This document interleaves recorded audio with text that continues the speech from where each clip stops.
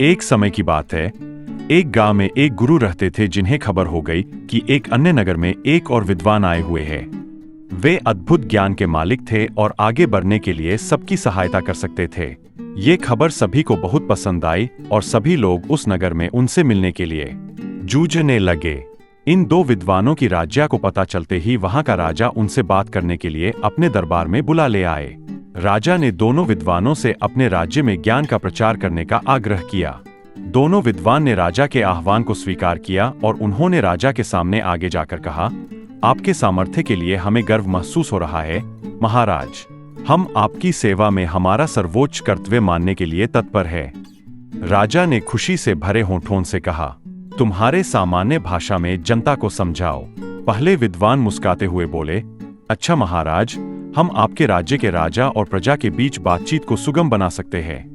राजा ने आश्चर्यचकित होते हुए कहा, मुझे बिल्कुल आश्चर्य हो रहा है कि तुम कैसे कर सकते हो ये तो मेरे लिए।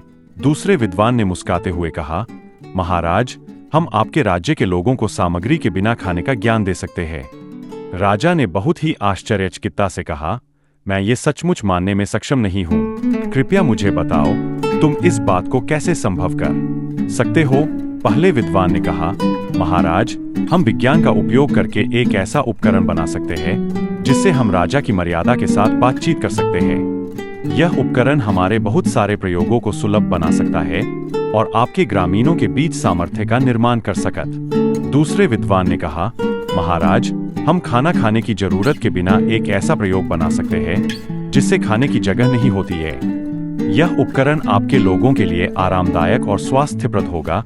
ये सब सुनकर राजा बहुत प्रभावित हो गए और उन्होंने दोनों विद्वानों का स्वागत किया और अपने राज्य में इन उपकरणों का प्रचार कार्य करने के लिए उन्हें सौभाग्य दिया।